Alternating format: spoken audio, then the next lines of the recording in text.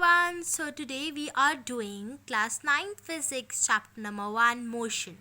To derive equation of motion by graphical method. तो हमें क्या करना है, graphical method से equation 1 of motion को derive करना है, right? So this is your basically एक ग्राफ है, let's suppose. तो ये क्या है, इसकी x एक्सिस है, this is the y axis. अब हम क्या करेंगे, इसमें v is equal to u plus a t का जो आपका इक्वेशन है उसको हम ग्राफिकली ड्राइव करेंगे, राइट? तो सबसे पहले हम क्या करने वाले हैं, ए ओ को एक जैसे पूरा क्या है स्पीड. अगर सबसे बेसिक आपको इंफॉर्मेशन जानने की एक ग्राफ किस तरीके से आप रिप्रेजेंट करते हैं, देन फर्स्ट ऑफ ऑल तो एक्स एक्सिस में आप हमेशा क्या लिखते हैं, टाइम, एंड जो वाई एक्सिस होता है इसमें आप लिखते हैं स्पीड, राइट? स्पीड. नाउ अब हमने क्या किया है कि जो ये ए ओ है इसको हमने ले लिया है वेलोसिटी. वेलोसिटी मतलब इनिशियल वेलोसिटी, क्लियर? और जो ये बी सी है ये क्या है, फाइनल वेलोसिटी. तो यहाँ पे मैं लिख देती हूँ that u is equals to, u क्या है, initial velocity, that is O A, and final velocity is B C. क्योंकि फाइनल वेलोसिटी क्या होगी, ये वेलोसिटी आप हमेशा देखना टाइम को आप ऐसे देखोगे, this is time, this is time. और अगर मैं बात करती हूँ वेलोसिटी की तो वो आप देखोगे इस तरीके से, जो पैरेलल है, this is velocity, this is time. Okay, now B C क्या है, आपकी फाइनल वेलोसिटी है. अब हम क्या देखते हैं, जब ग्राफ को देखते हैं तो हमें पता लगता है कि जो बी सी है ये क्या है, B D plus D C. तो यहाँ पे लिख देते हैं B C is equals to B D plus D C और इसको जब इन दोनों को प्लस करोगे तो लाइन बनेगी, राइट?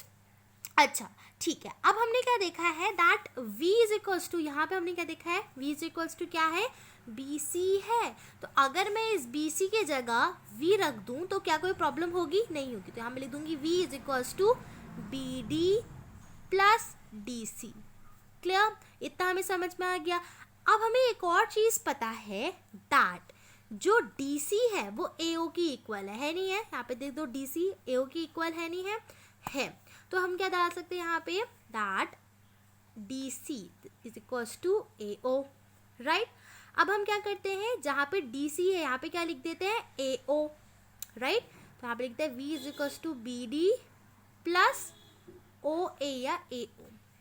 और अगर हम ध्यान देते हैं तो ये AO क्या है, U मतलब इनिशियल वेलोसिटी. तो v is equals to B D plus A O which is आपकी इनिशियल वेलोसिटी. अब हम बी डी को देखते हैं, right?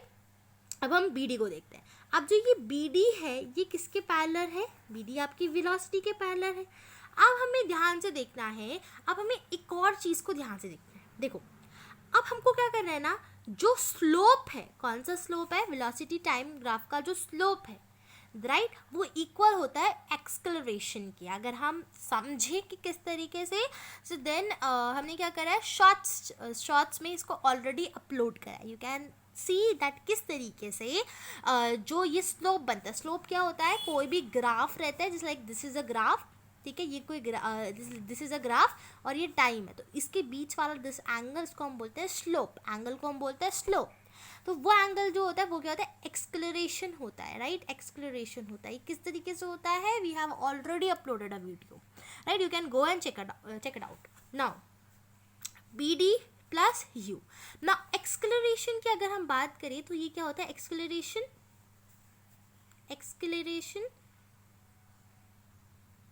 Right? Acceleration is equals to, यानी कि ए इज इक्वल्स टू क्या होता है, slope of line A B. यानी कि जो ये लाइन है ना, इसका जो स्लोप है, इसका स्लोप क्या होगा, ये वाला. ये क्या है, एक्सक्लरेशन है, दिस इज एक्सक्लरेशन, राइट? अब जो एक्सक्लरेशन होता है, this is B D upon A D. ये क्यों होता है, अगर आपको जानना है ये क्यों होता है, इसके पीछे का एक कारण होता है. B D upon A D क्या होता है, ये एंगल होता है. इसको हम बोलते हैं, अगर हम बात करें टेन थीटा, ट्रिग्नोमेट्री की बात करें तो tan theta, and this tan theta is equals to perpendicular upon base, right? तो परपेंडिकुलर अपॉन बेस हो गया एग्जैक्टली.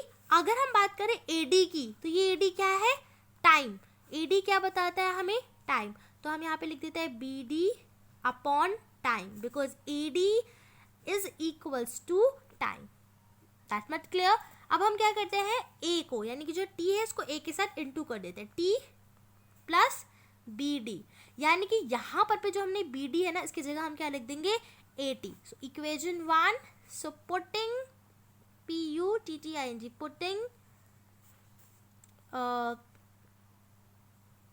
इक्वेशन 2 ऑन इक्वेशन 1, तो हम कह सकते हैं v is equals to a t plus u, and अगर हम थोड़ा सा उसको शफल करेंगे तो this is v is equals to u plus at. This is your to derive equation of motion by graphical method. तो हमें क्या करना है, बस कुछ चीज़ें याद रखनी है, that how to make this.